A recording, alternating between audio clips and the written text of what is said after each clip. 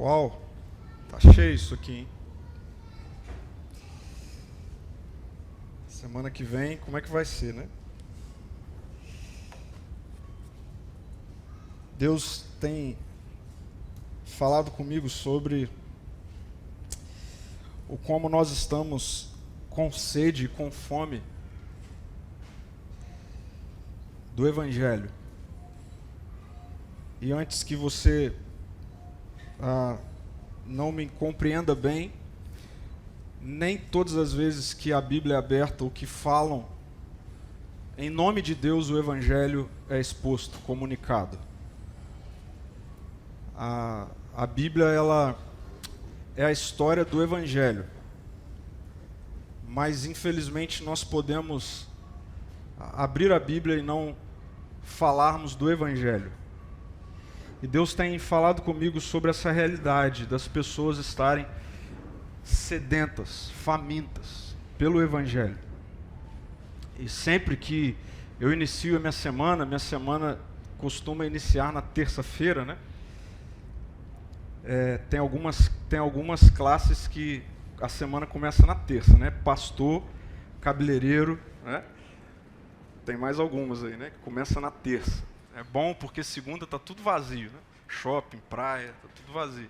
Então na terça, quando eu começo a minha semana, é sempre uma mistura de muita expectativa com muito temor, muito frio na barriga, assim. É verdade.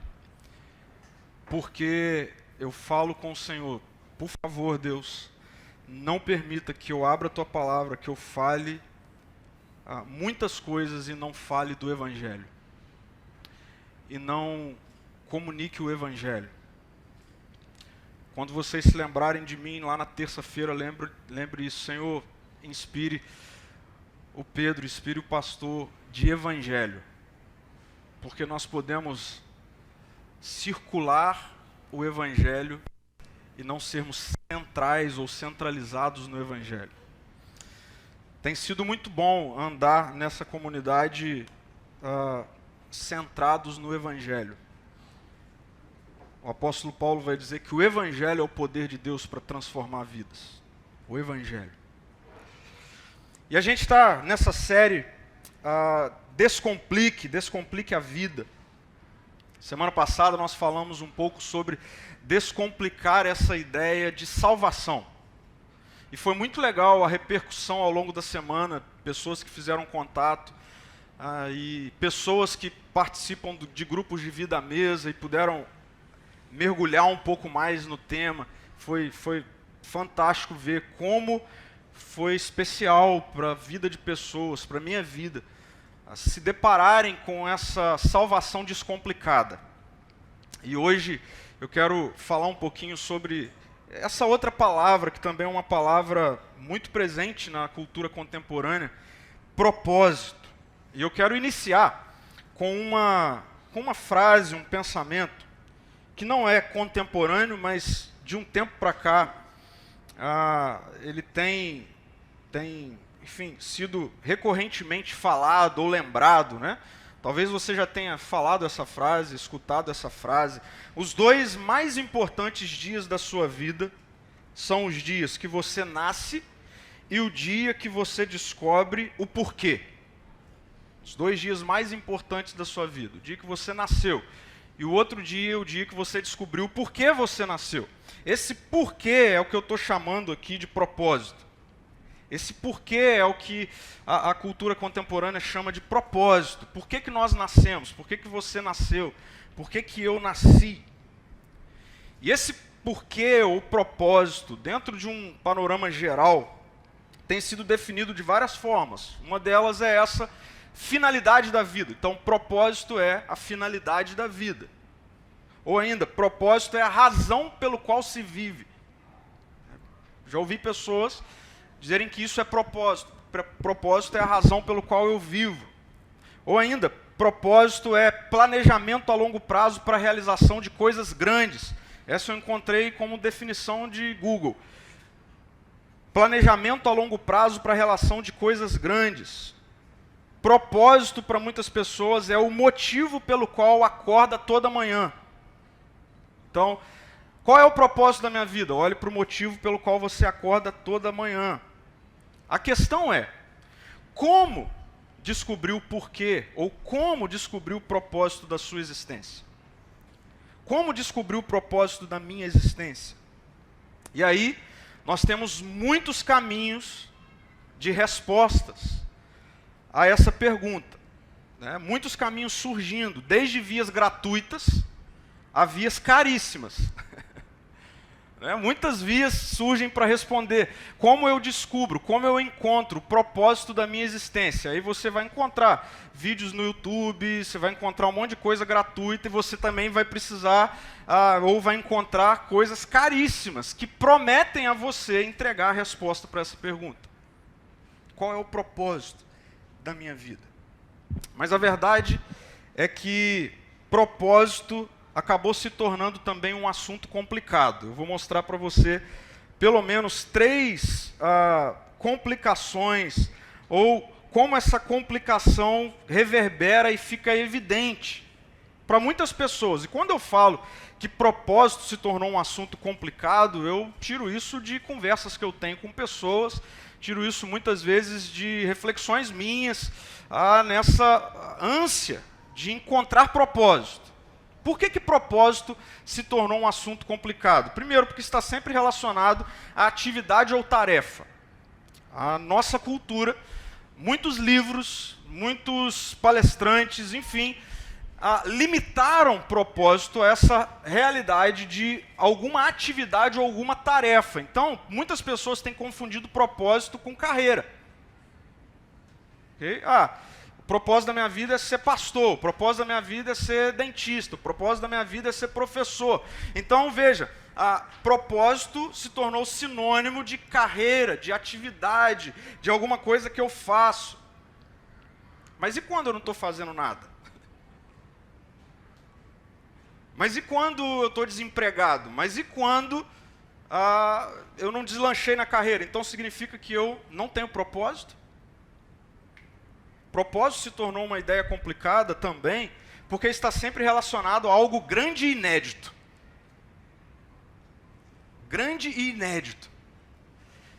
Então veja, vamos fazer um recorte aqui, onde nós estamos. Imagine só, cada um de nós temos algo grande e inédito para realizar. Muitas pessoas, ou por vezes, propósito está se limitando a isso. E aí a gente vive frustrado. Esses dias eu estava ouvindo uma conversa do Luiz Felipe Pondé, e eu achei fantástica a colocação dele. Ele disse assim, a cultura contemporânea, ou os pais da cultura contemporânea, eles, não sei porquê, mas o filho faz um rabisco na parede e ele já fala, é o Picasso. E a criança cresce com essa ideia de que ela é inédita. De que algo grande vai acontecer através da vida dela. Aí a vida passa e a vida mostra que viver não é viver de grandeza em grandeza. Aí tem um monte de gente frustrado e complicando a ideia de propósito. Ou ainda, essa para mim é clássica. Propósito se tornou complicado porque está sempre no futuro. Você já viu isso? As pessoas estão sempre atrás de propósito, atrás de propósito, atrás de propósito. Tem gente que vive tanto atrás de propósito que esquece de viver. Está sempre no futuro. Está sempre lá na frente. E a pessoa vive essa abstração do presente, do momento, sempre atrás do tal do propósito, e nunca encontra. Está sempre lá na frente. E aí, o resultado tem sido, muitas vezes, as nossas vidas sendo tomadas por essa realidade trágica da frustração que nós mesmos nos colocamos diante dela. Corremos o risco de estarmos o tempo todo diante dela. Por isso eu acredito que um dos assuntos que nós precisamos deixar as Escrituras descomplicar na nossa vida é propósito. Como a Bíblia, como o Evangelho, como a sabedoria cristã, a sabedoria bíblica, descomplica isso que a cultura contemporânea complicou. E que vive um monte de gente frustrado, um monte de gente em crise, porque não encontra o tal do propósito. gasta dinheiro e não encontra propósito, e vive atrás de propósito. Como a sabedoria bíblica nos coloca diante de um propósito descomplicado. Eu poderia desenvolver isso em muitas narrativas das Escrituras, mas na terça-feira pela manhã, enquanto eu orava e falava, Deus, vamos conversar sobre propósito, o Senhor precisa me inspirar para que eu entenda o que o Senhor quer trabalhar com a gente sobre propósito. E Deus trouxe ao meu coração e à minha mente a história de um jovem, de um homem chamado José. A narrativa de José se encontra em Gênesis, o primeiro livro da Bíblia, e vai do capítulo 37 até o capítulo 50, até o final de Gênesis. Então, se você quer mergulhar na história de José, você vai ter que ler do capítulo 37 de Gênesis até o 50. Obviamente que eu não vou fazer isso agora. E eu quero pontuar algumas partes, eu diria, principais da vida de José, que vai servir para a gente descomplicar essa ideia de propósito na nossa vida, na nossa mente. Se você está com a sua Bíblia, seja ela impressa, seja ela no celular ou não, eu vou também projetar aqui os principais versículos que eu quero desenvolver ou pontuar. Porque a ideia, o que eu vou fazer hoje, não é expor versículo por versículo, eu quero narrar a vida de José, e na narrativa da vida de José, cronologicamente eu vou apontar também aqui alguns versículos. E a história de José nas Escrituras começa com a história de um jovem que é odiado pelos irmãos.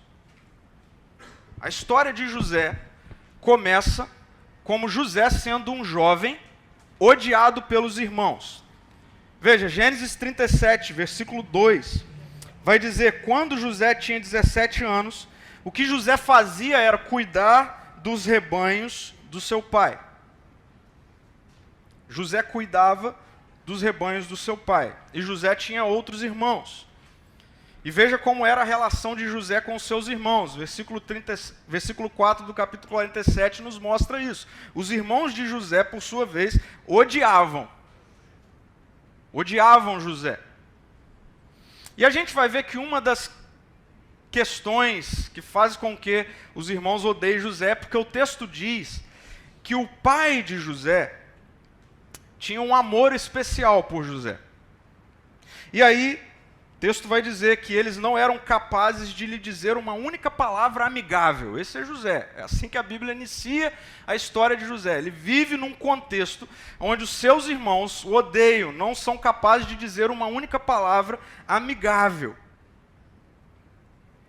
E aí, ainda nesse contexto, no capítulo 37, a Bíblia vai dizer que José, quando ele tinha 17 anos, ele teve sonhos. Ou ele teve um sonho. O texto diz assim no versículo 5. Certa noite José teve um sonho. E quando José contou o sonho para os irmãos o odiaram ainda mais. Por quê? Que sonho é esse que José teve? Olha só, eu vou ler o versículo 6. Que diz assim. Ouçam o sonho que tive. José está dizendo. Estávamos num campo amarrando feixes de trigo. De repente o meu feixe se levantou e ficou em pé, e os seus feixes se juntaram ao redor do meu e se curvaram diante dele. E aí o texto vai continuar dizendo no capítulo 37 que novamente, enquanto o ódio dos irmãos de José crescia por ele, ele tem outro sonho. E o outro sonho que José tem, narrado no versículo 9, que diz assim, pouco tempo depois José teve outro sonho, mais uma vez contou aos seus irmãos. O que José sonhou? Ouçam, tive outro sonho. O sol, a lua e 11 estrelas se curvavam diante de mim. Resultado, aquilo que era ódio se transformou em alguma coisa acima de ódio. E os irmãos de José, então, tramam matar José. É isso, essa é a decisão deles, nós precisamos matar esse garoto.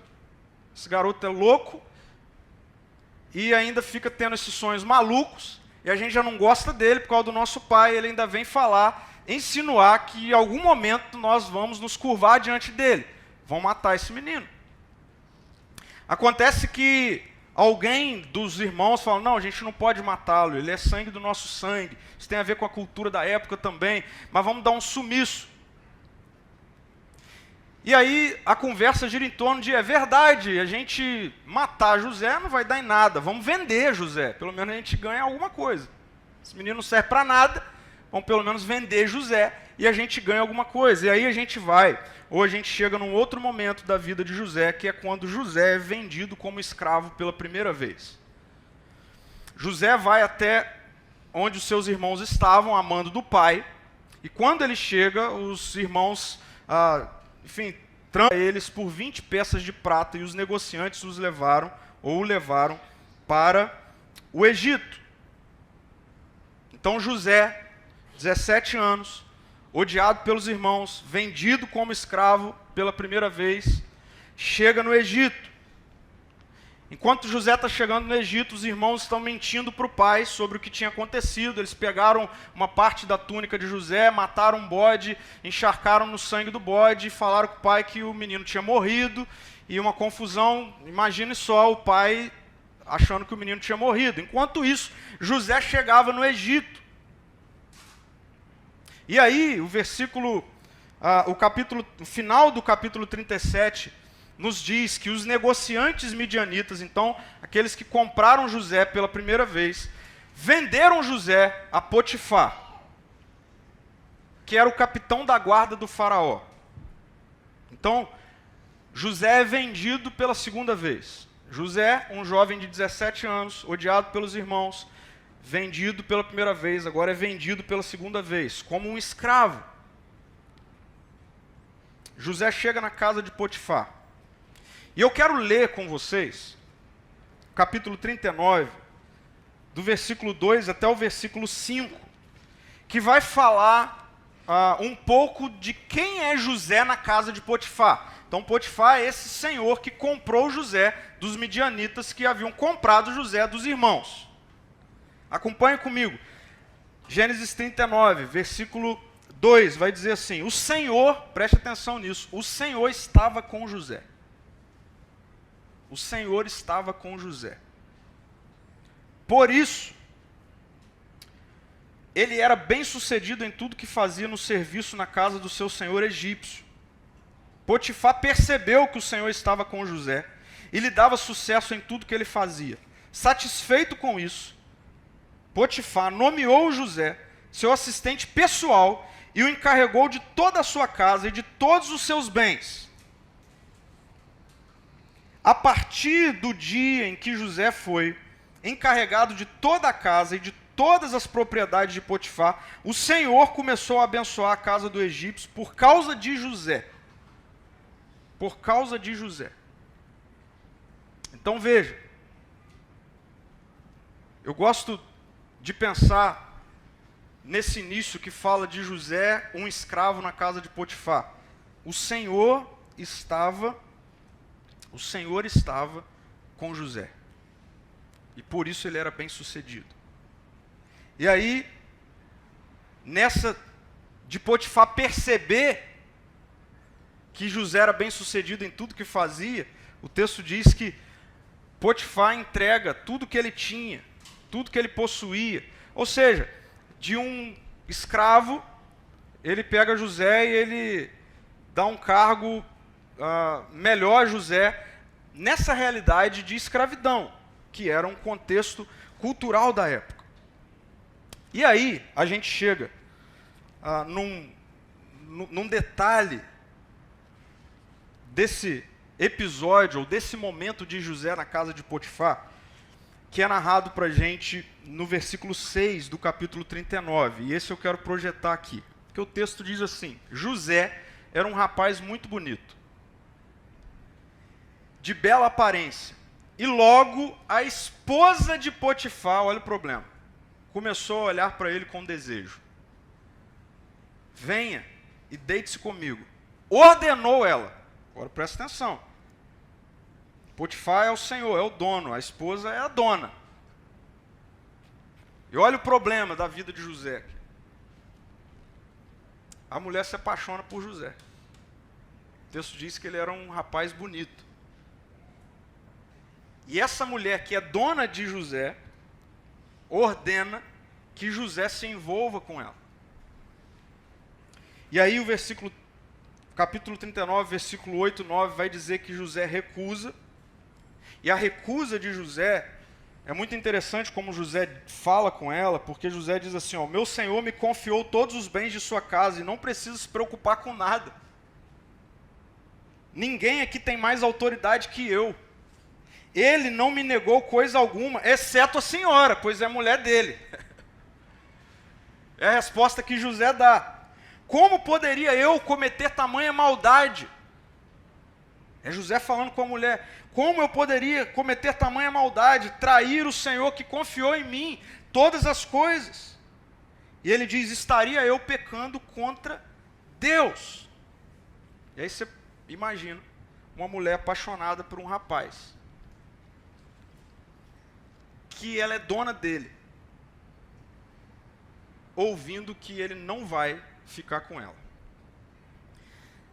Se você ler com mais detalhes, você vai ver o que acontece de forma mais detalhada, mas resumidamente, essa mulher fica irada com isso e ela arma uma situação. E ela arma uma situação para ficar com José. O texto vai dizer no versículo 12 que um dia José entrou na casa para fazer o que ele fazia, para trabalhar, para, enfim, resolver alguma coisa. E aí o texto diz assim, ela se aproximou, agarrou pelo manto e exigiu, venha, deite-se comigo. José se desvencilhou e fugiu de casa. Mas o manto ficou na mão da mulher. A mulher ficou com um pedaço das vestimentas de José. E aí o texto vai dizer que ela arrumou um escândalo, gritou e chamou os outros empregados da casa e a história dela foi que José que tentou agarrá-la e tentou abusar dela.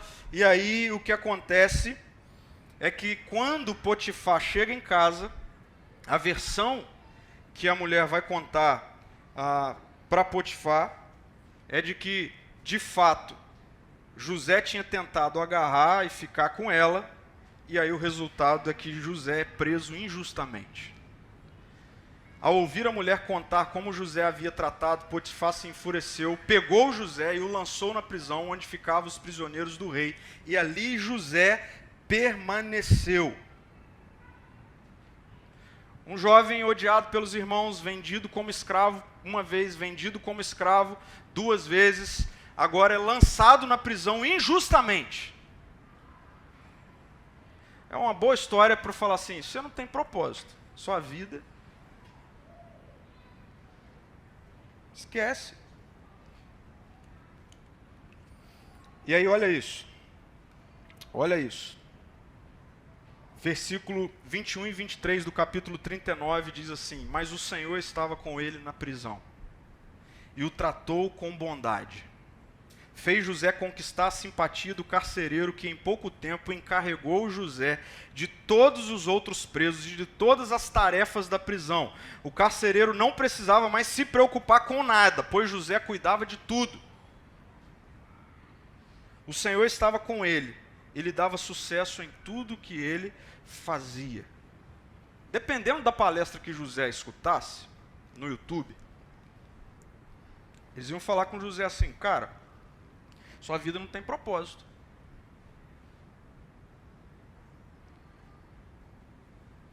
Sua vida não tem propósito. Você precisa encontrar outra coisa. E chama muita atenção esses detalhes de José em cada lugar em que ele passa. O Senhor está com ele. E José é um cara responsável. José é um cara que faz o que tem que fazer. Na prisão, o carcereiro passou a não se preocupar mais com nenhum preso, porque José, o preso, cuidava de tudo. E aí, na prisão, preso injustamente, o capítulo 40 inicia dizendo que 2 funcionários do palácio chegam na prisão. Um que é chefe dos padeiros e o outro que é chefe dos copeiros. Eles são presos. E eles conhecem José.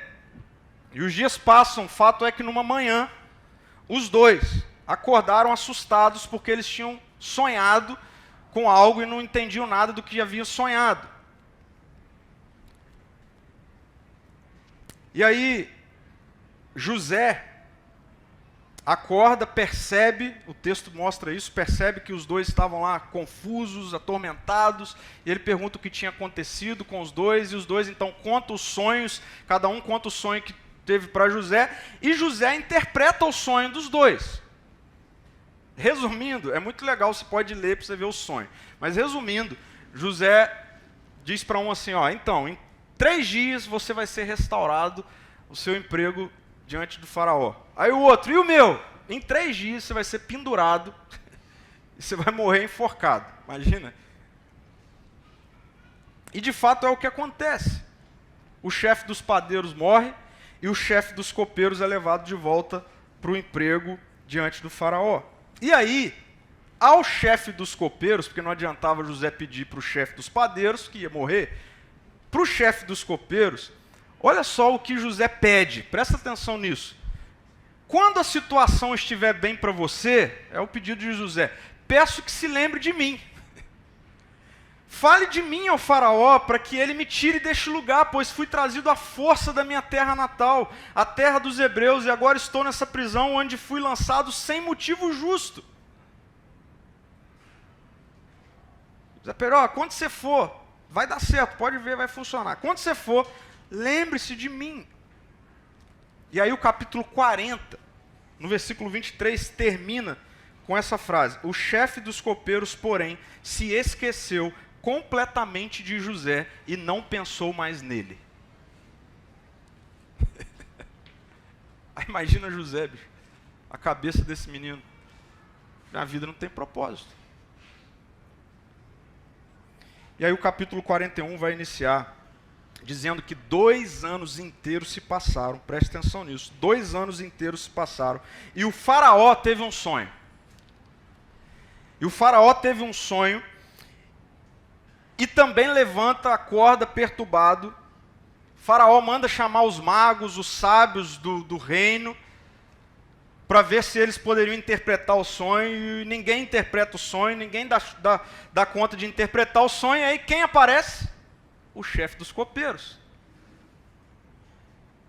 O chefe dos copeiros, que no capítulo 41, versículo 12 e 13, diz assim, ele está diante de Faraó, lembra? 2 anos depois, ele tinha esquecido completamente de José, e ele lembra, estava comigo na prisão um rapaz hebreu que era escravo do capitão da guarda, contamos a ele os nossos sonhos, e ele explicou o que cada um significava, e tudo aconteceu como ele havia previsto.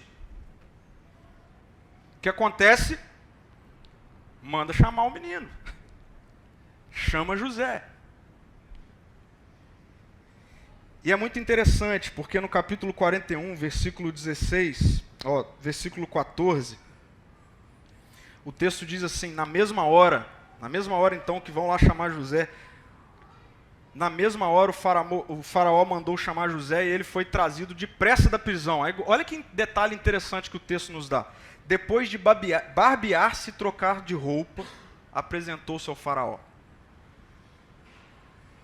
Esse menino poderia ir todo mulambo, né, assim, depressivo, sem propósito de vida.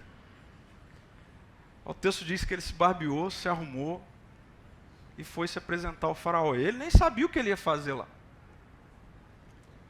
E aí, o faraó, é assim que narra o texto, diz a José, tive um sonho essa noite e ninguém aqui conseguiu me dizer o que ele significa. Soube, porém, que ao ouvir um sonho, você é capaz de interpretá-lo. Aí José responde, essa capacidade não está em minhas mãos, mas Deus pode revelar o significado a Faraó e acalmá-lo.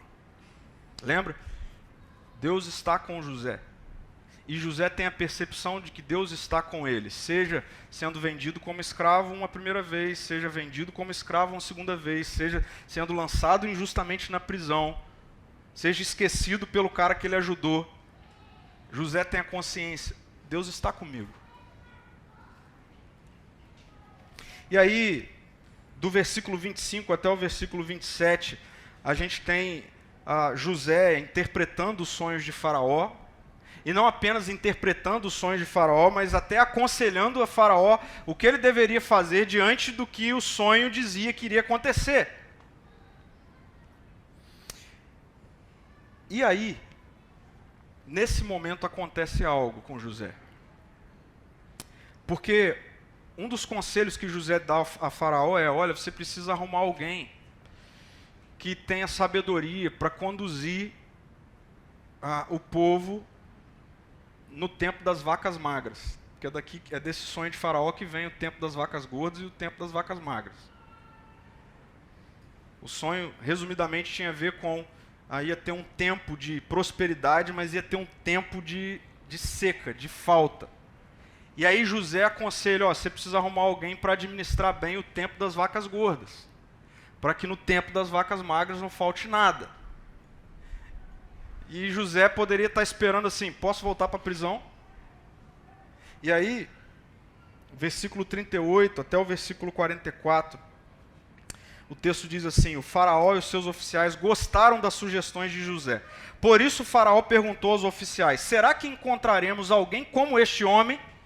Sem dúvida, há nele o Espírito de Deus. O Faraó olha para José e diz: sem dúvida há nele o Espírito de Deus. Então o Faraó disse a José: uma vez que Deus lhe revelou o significado dos sonhos, agora atenção, como que Faraó sabe que foi Deus que revelou o sonho a José?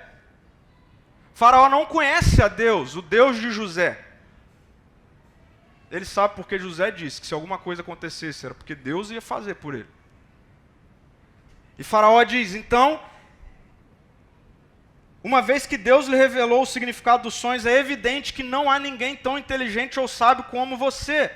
Ficará encarregado da minha corte, todo o meu povo obedecerá às suas ordens. Apenas eu, preste atenção nisso, ocupo o trono. Terei uma posição superior à sua. E Faraó acrescentou: eu o coloco oficialmente no comando de toda a terra do Egito. Então o Faraó tirou do dedo o seu anel com o selo real e o pôs no dedo de José. Mandou vesti-lo com roupas de linho fino e pôs uma corrente de ouro em seu pescoço. E eu quero destacar isso aqui. Também o fez andar na carruagem reservada para quem era o segundo no poder. E por onde José passava, gritava-se a ordem: ajoelhe-se. Assim o Faraó colocou José no comando de todo o Egito, e ele disse: eu sou o Faraó, mas ninguém levantará a mão ou o pé em toda a terra do Egito sem a sua permissão. E eu quero vir até aqui na história de José. Depois disso, a gente vai ver uma história próspera do governo de José. A gente vai ver que, de fato, no mundo conhecido da época, houve fome.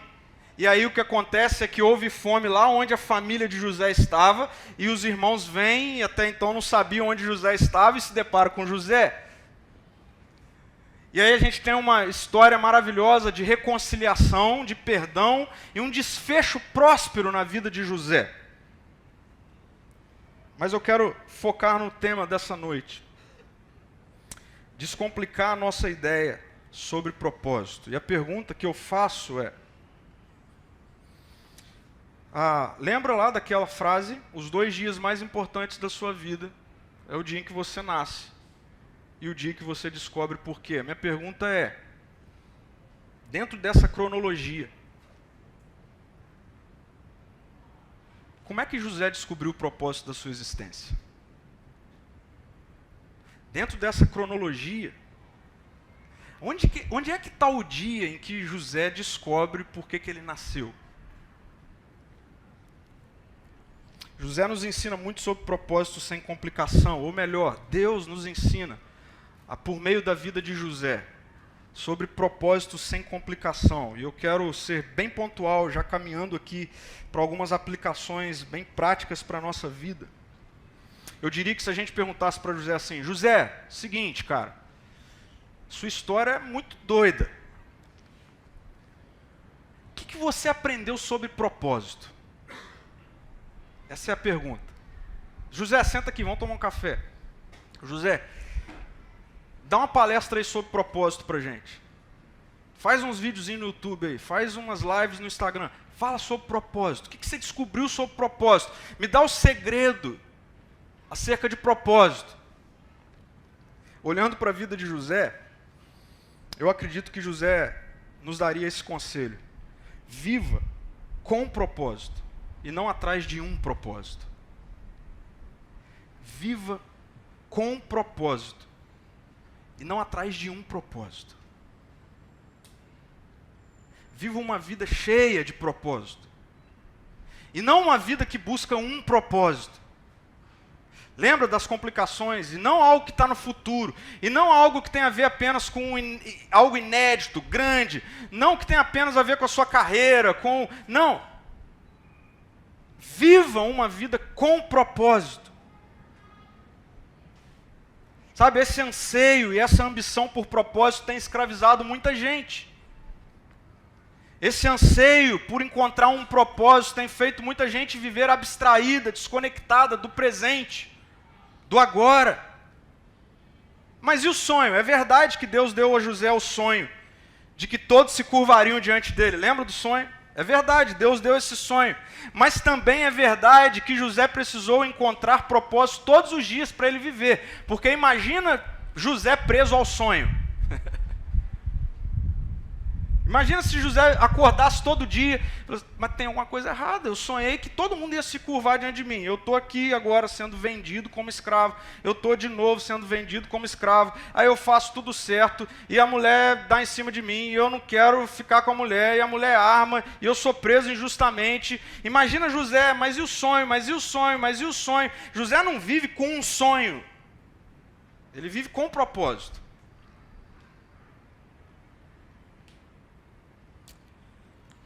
Deus, o que o Senhor nos ensina sobre propósito? De forma muito descomplicada, Deus fala para a gente, viva com propósito. Esqueça esse negócio de viver por um propósito. Viva com propósito.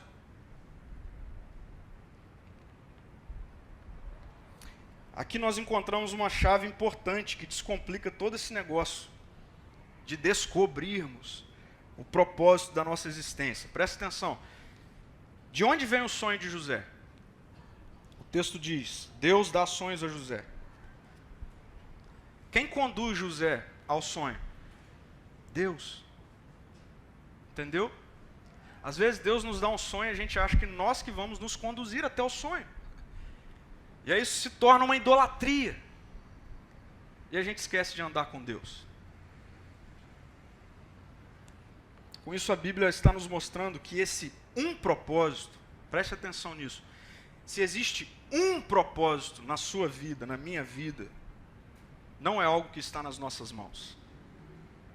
Não é algo que está nas minhas mãos. Não é algo sobre o qual eu devo investir minha energia diária, procurando em mim mesmo onde é que está esse meu um propósito de vida. Veja só, me acompanhe, eu quero ler com você algo que o Rick Warren escreve sobre isso. Ele diz assim, a procura pelo propósito de vida tem intrigado as pessoas por muitos anos. Isso porque normalmente começamos pelo lado errado, nós mesmos. Nós fazemos perguntas voltadas para a nossa pessoa como, o que eu quero ser? Quais são os meus objetivos? Quais são as minhas ambições e sonhos para o futuro? Mas concentrarmos-nos em nós mesmos jamais desvendará o propósito, esse um propósito da sua vida e da minha vida. Por quê?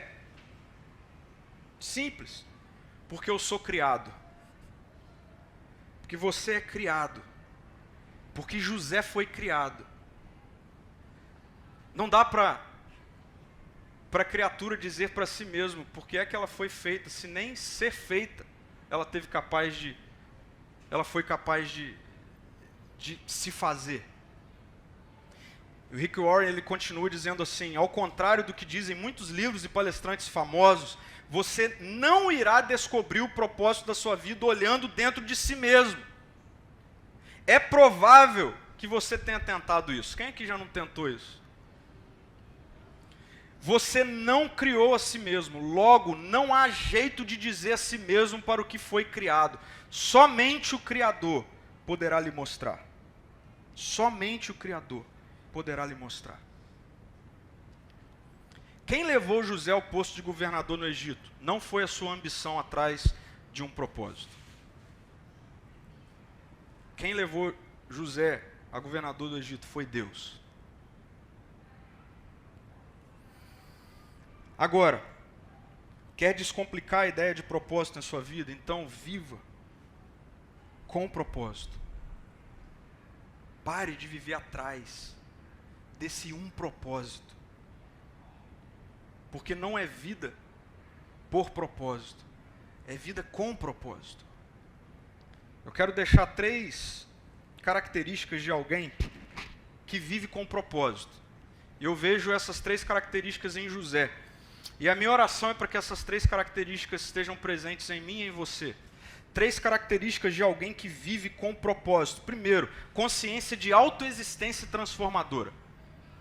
Alguém que vive com propósito não fica olhando para onde está, olha para quem é. Porque se José ficasse olhando para onde ele estava, ele ia sentar, se vitimizar, falar, eu não sirvo para nada, vou morrer, eu não tenho nada para fazer. Mas José não olha para onde ele está, ele olha para quem ele é. Alguém que vive com propósito, vive com uma alta consciência de quem é. E de onde está.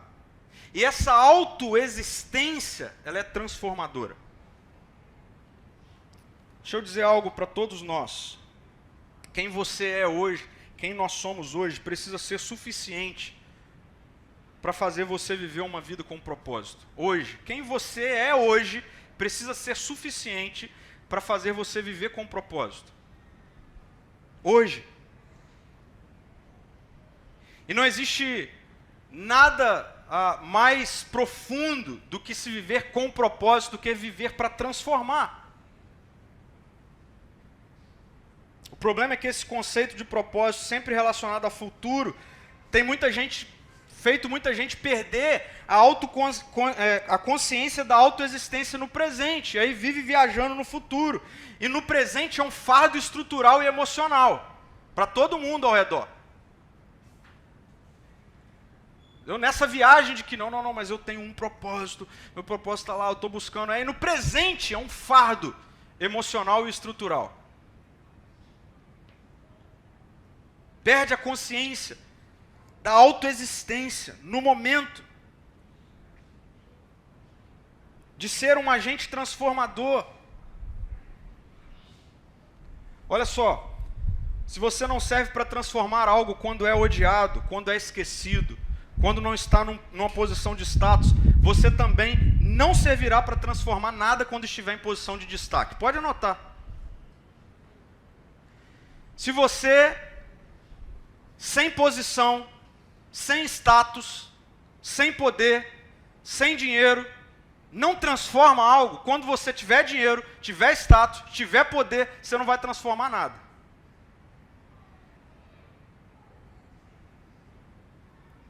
É assim. Imagine José se vitimizando. Mas não é isso que a gente vê. O que a gente vê é, José chega na casa de Potifar e transforma a casa de Potifar. José chega na prisão e transforma a prisão. E aí quando José chega no palácio, ele transforma o palácio. Então, consciência de uma autoexistência transformadora é característica de alguém que vive com propósito. Segunda característica, profundidade e integridade independente do contexto. Profundidade e integridade independente do contexto. Vamos rasgar. José poderia pegar a mulher do Potifar. Imagina um jovem revoltado. Não, mas eu tenho um sonho, mas eu sou escravo. Mas José é íntegro e profundo. José poderia ir para a prisão e se tornar um rebelde na prisão. Mas na prisão José é íntegro, profundo. E ele transforma a prisão. Por quê? Profundidade e integridade, independente do contexto, é característica de alguém que vive com propósito. E eu diria, esse negócio está faltando nos dias de hoje. Integridade e profundidade está em falta.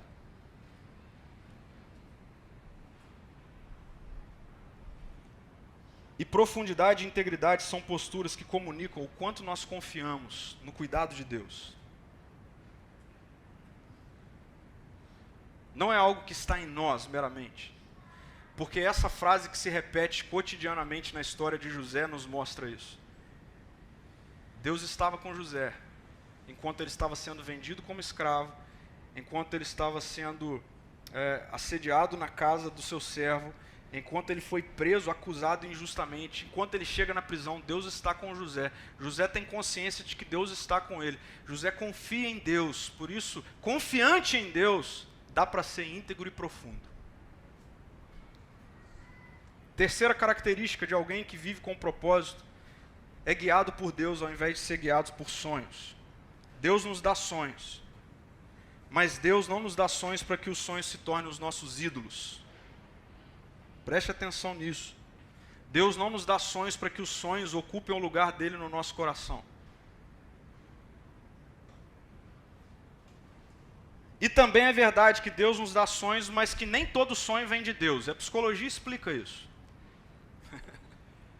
Nem todo sonho vem de Deus. Às vezes a gente precisa parar de romantizar esse negócio de sonho, ou de espiritualizar esse negócio de sonho, porque nem todo sonho vem de Deus.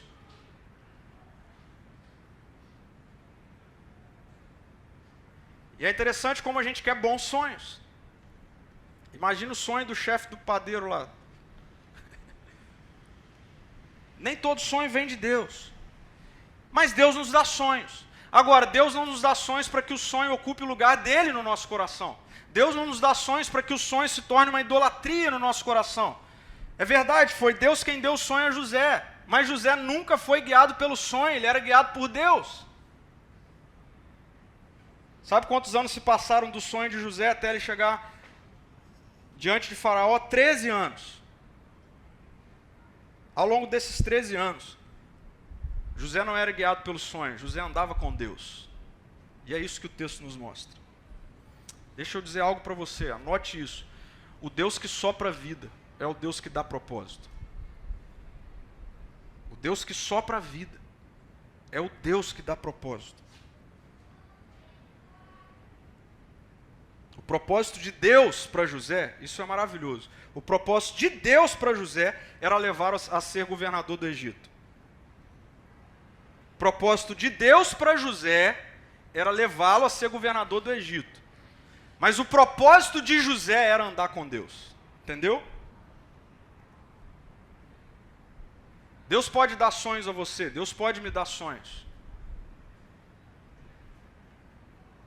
Mas a gente não pode pegar o sonho e transformá-lo em Deus. Porque quem nos leva a um propósito é o Deus que nos criou. Cabe a nós andarmos com Deus. Então, uma outra característica de alguém que vive com propósito é que essa pessoa é guiada por Deus e não pelo sonho. Porque se José fosse guiado pelo sonho, ele ficaria 13 anos sem andar com Deus. Entende? José entendeu, meu propósito é andar com Deus. Onde ele vai me levar? Cheguei na prisão, cheguei e fui vendido. Estou escravo, mas eu ando com Deus. Aonde Deus vai me levar? Por isso, eu quero já caminhar para o final.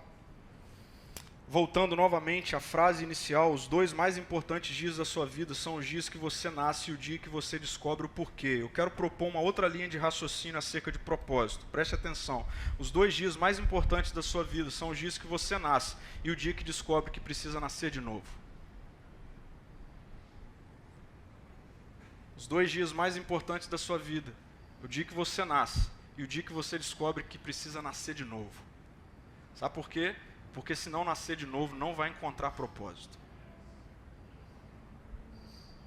O apóstolo Paulo, em 2 Coríntios 5,17, diz assim: todo aquele que está em Cristo se tornou nova criação, a velha vida acabou e uma nova vida teve início agora. Eu quero, de verdade, descomplicar essa ideia de propósito na sua vida. Uma das coisas que transformaram o propósito é em destino. E eu fico vendo um monte de gente falando assim, não, eu preciso destravar o meu destino. Ok, se você nasceu de novo, eu quero afirmar para você, seu destino já está destravado.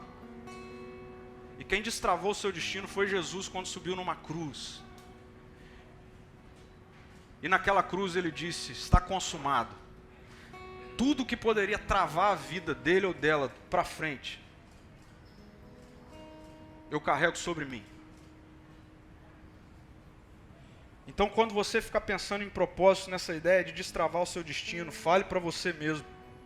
Quem anda com Jesus não precisa que ninguém destrave o destino, pois ele foi destravado na cruz.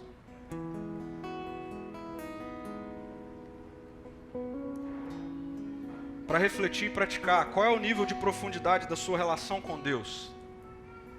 Qual é o nível de profundidade da sua relação com Deus?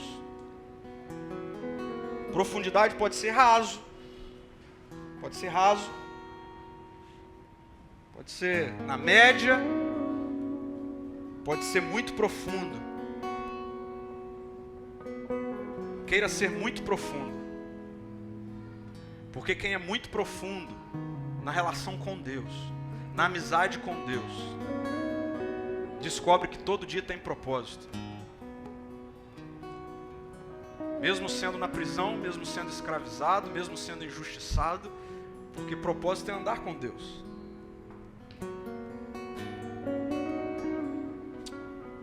Gente querida, a nossa relação com Deus precisa vir antes da nossa relação com os nossos sonhos. Vou repetir, a nossa relação com Deus precisa vir antes da nossa relação com os nossos sonhos. Porque quando nós andamos profundamente com Deus, nós descobrimos quais sonhos estão vindo dele, quais sonhos não estão vindo dele.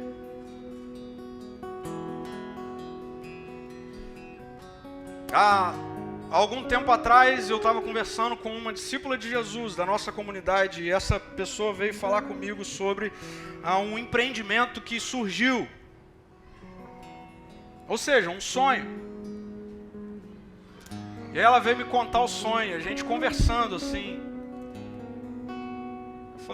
Eu fiz uma pergunta, eu falei assim, ok, onde está Deus no seu sonho? Dias depois ela falou, pastor, não era sonho de Deus.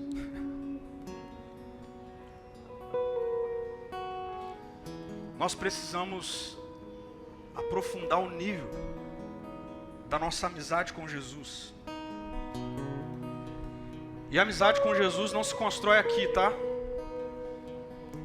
Deixa eu afirmar para você que o mesmo Espírito que está em mim é o Espírito que está derramado em todo aquele que crê em Jesus. Seja há 20 anos atrás, 30, 40, 50, seja agora. O mesmo Espírito. Não tem nada diferente. Então, por favor, não crie uma relação comigo como eu sendo o intermediário entre a sua relação com Deus. Eu não sirvo para ser esse tipo de pastor. Porque eu não acredito que isso é ser pastor. Eu quero te inspirar a ser profundamente amigo de Jesus. Segundo, você vive com profundidade e integridade onde você está hoje. Você é alguém íntegro e profundo no que você faz hoje. Aí você fala assim, pastor, mas hoje eu só estudo. Ok, você é íntegro e profundo no estudo. Pastor, mas eu ocupo a última posição da cadeia na minha empresa. Ok, mas onde você está? Você é íntegro e profundo, íntegra e profunda. Se você não for íntegro e profundo no pouco, você não vai ser íntegro e profundo no muito. Por fim, não confunda planos com propósito. Anote essa aí. Não confunda planos com propósito. Provérbios 19, 21 diz, é da natureza humana fazer planos. E esse texto, diferente do que muitos ensinam, não é a Bíblia dizendo não faça planos. Não é isso. A Bíblia está dizendo, faça planos. Deus te deu inteligência, Deus te deu estudo, capacidade. Faça planos. Mas o propósito do Senhor prevalecerá. A Bíblia está dizendo, não faça dos seus planos o propósito.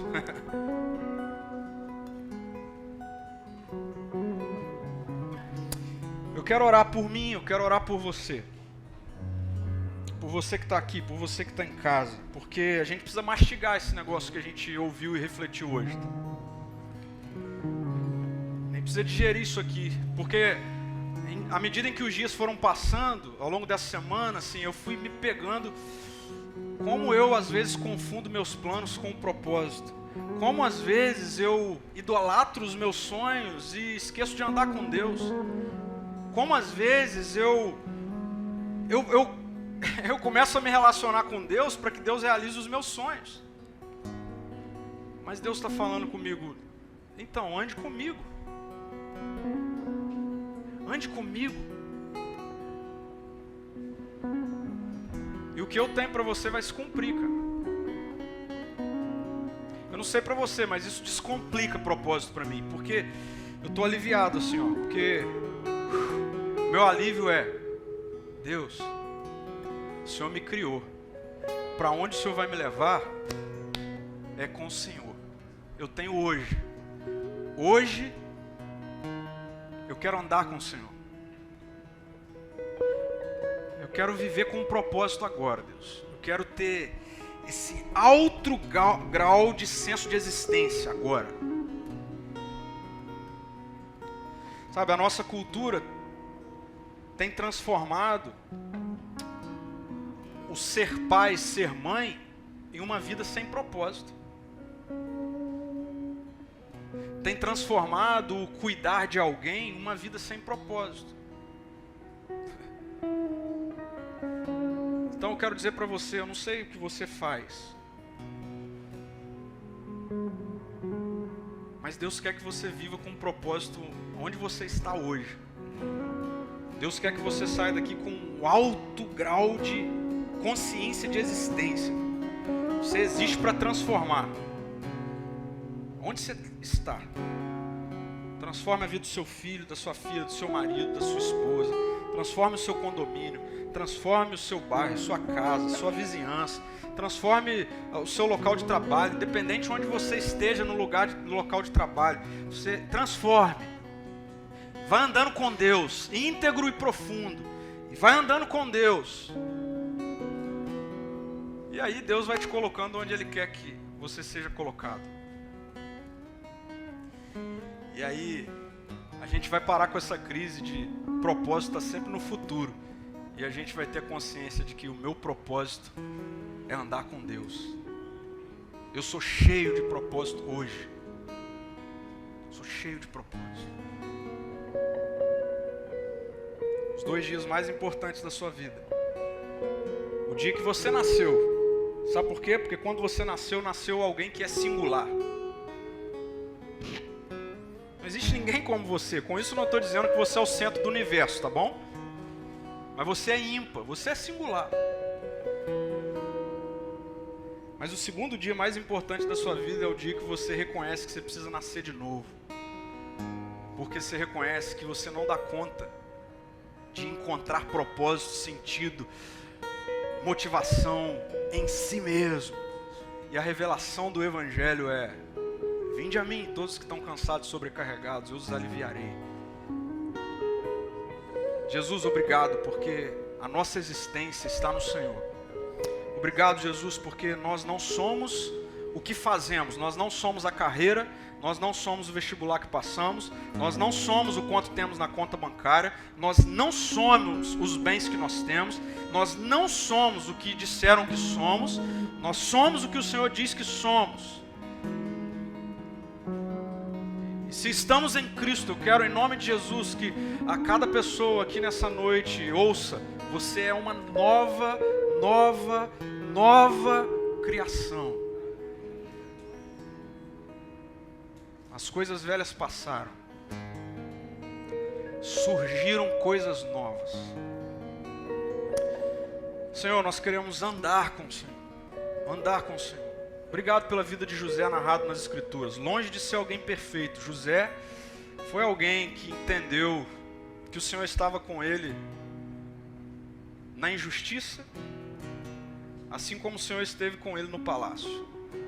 A gente precisa aprender isso, Deus. Deus, eu quero que meus amigos e amigas nessa noite durmam com uma relação descomplicada com o propósito, e que amanhã, segunda-feira, acordem com essas características. Alguém com uma com uma consciência de autoexistência transformadora, onde estiver, fazendo o que estiver fazendo. Eu oro para que, Deus, haja sempre profundidade e integridade nas nossas vidas, porque profundidade e integridade reflete a nossa confiança no Senhor. A gente não precisa dar jeitinho para sair de onde estamos, confiamos no Senhor. Oro, Pai, para que sejamos guiados pelo Senhor e não pelos nossos sonhos. Em nome de Jesus. Amém.